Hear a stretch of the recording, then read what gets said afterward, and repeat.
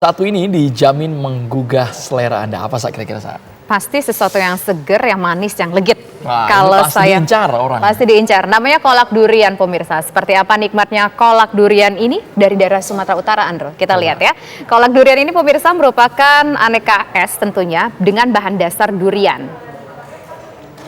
Dengan campuran pula informasinya nih, Andro ya. Jadi kalau kita lihat nih di tokonya ngejualnya bukan cuma kolak durian aja. Tadi kita lihat menunya banyak ya, banyak variannya. Tapi kalau kolak durian ini, pemirsa, terdiri dari ada agar-agar, kemudian ada sagu mutiara, ada cincau, kemudian juga ada kacang merah, ditambah juga ada ketan putih. Ini bikin sajian kolak durian semakin nikmat, Andro. Kita lihat tuh juga ada warna hijau-hijau. Nah, ini kayaknya gula merah dicampur dengan gula merah atau gula aren, pemirsa. Makin manis ya. Makin manis. Ada susu juga dan juga tentu saja tidak lupa nanti akan diberikan topping durian. Membuat rasa dari kolak durian ini semakin legit dan nikmat.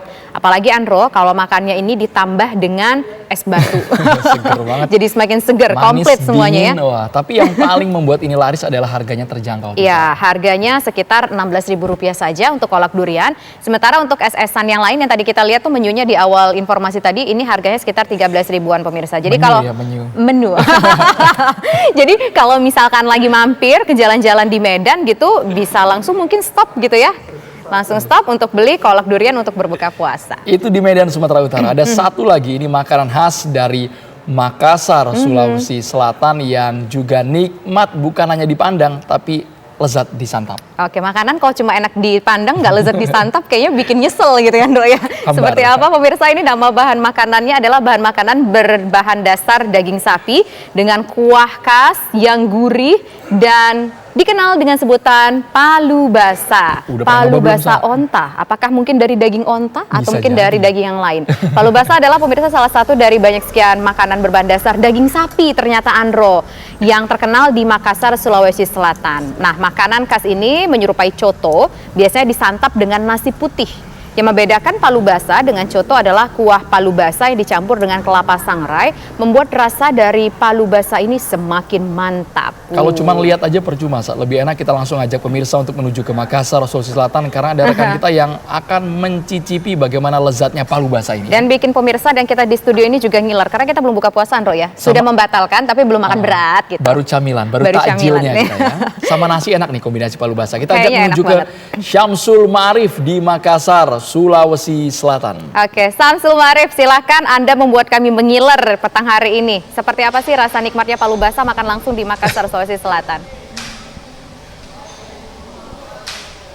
Iya, Andro Tisa dan pemirsa. Nah, Andro Tisa kalau ke Makassar harus ke tempat ini, ke Palu Basa.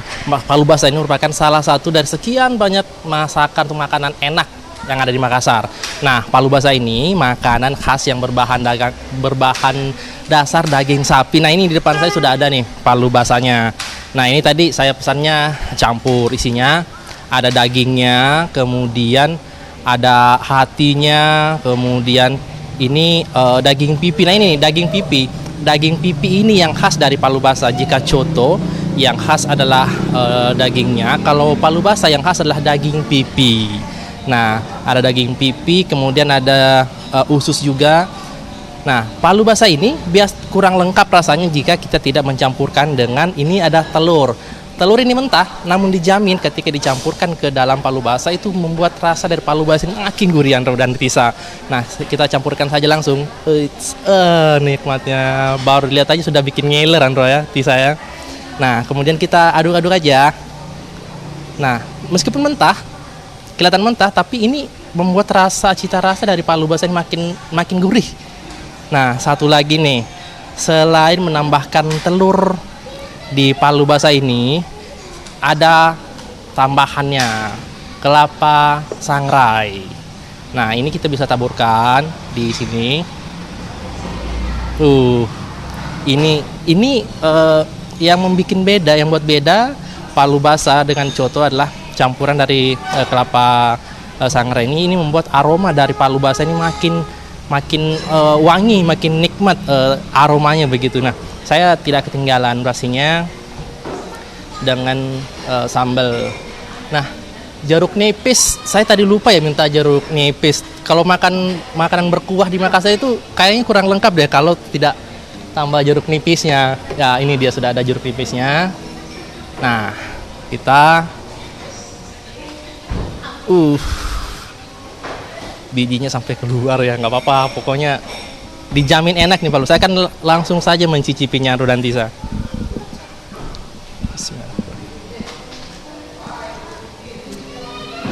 Wow.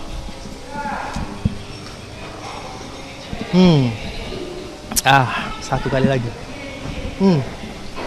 Kuahnya saja sudah nikmat banget, Andro dan Tisa. Saya belum mencicipi daging, tapi dari kuahnya saja ini sudah sangat nikmat. Yang membedakan kuah coto dengan kuah palu basah. Kalau kuah coto itu dia lebih agak coklat. Terlihat agak coklat. Sementara kalau palu basah itu warnanya agak kuning. Kenapa? Karena kalau kuah coto itu biasanya dicampur dengan bumbu kacang. Nah, sementara kalau palu basah itu biasa dicampur dengan. Nah, jadi kalau kuah palu basah ini campur dengan kunyit, makanya dia kelihatan lebih kuning. Nah, itu dari kuahnya. Kemudian saya pasti mencoba dagingnya. Nah, ini yang khas nih, daging pipi dari palu basah.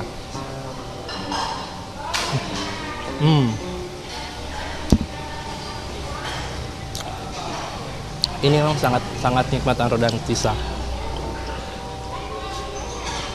Ini yang harus Andro dan Tisa cicipi kalau ke Makassar.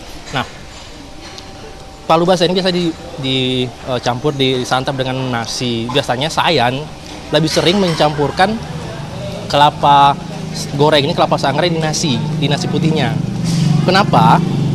Karena saya rasa ini lebih, aromanya itu lebih terasa ketika saya campurkan dengan kelapa sangrainya dengan nasi putihnya. Kita campur kuah dulu.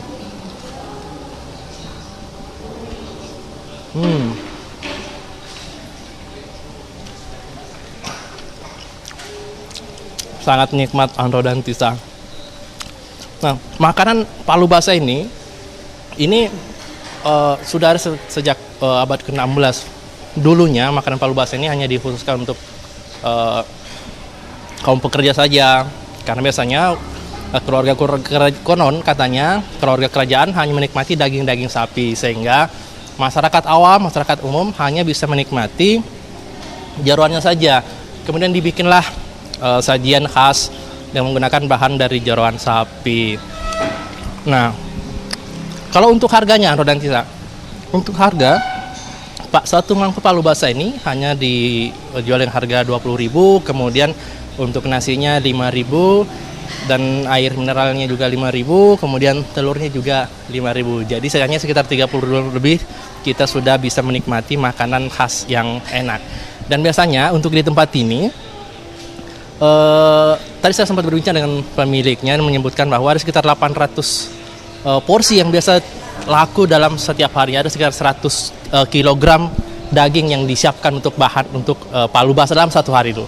Itu loh, Andro dan Tisa, pokoknya kalau Makassar harus mencicipi palu basah. Andro dan Tisa, saya kembalikan ke Anda di Jakarta. Wow, luar biasa memang Andro ya, kuliner Nikmat Indonesia sekali. ya, dari Sabang sampai Merauke, termasuk juga dari Makassar. Ini bikin ngiler ya, kuah kental dari palu basahnya tadi, apalagi kalau tadi ditambah dengan telur yang diaduk-aduk. Aduh. Kuliner legend tadi kalau kata Syamsul Dari Ma'arif abad ya. ke-16, Ndro. Luar biasa. Terima kasih banyak Syamsul Ma'arif. Silakan dilanjutkan, mungkin ingin nambah nasi, nambah palu basahnya, monggo. Atau nambah kerupuk di belakang ya, Ndro.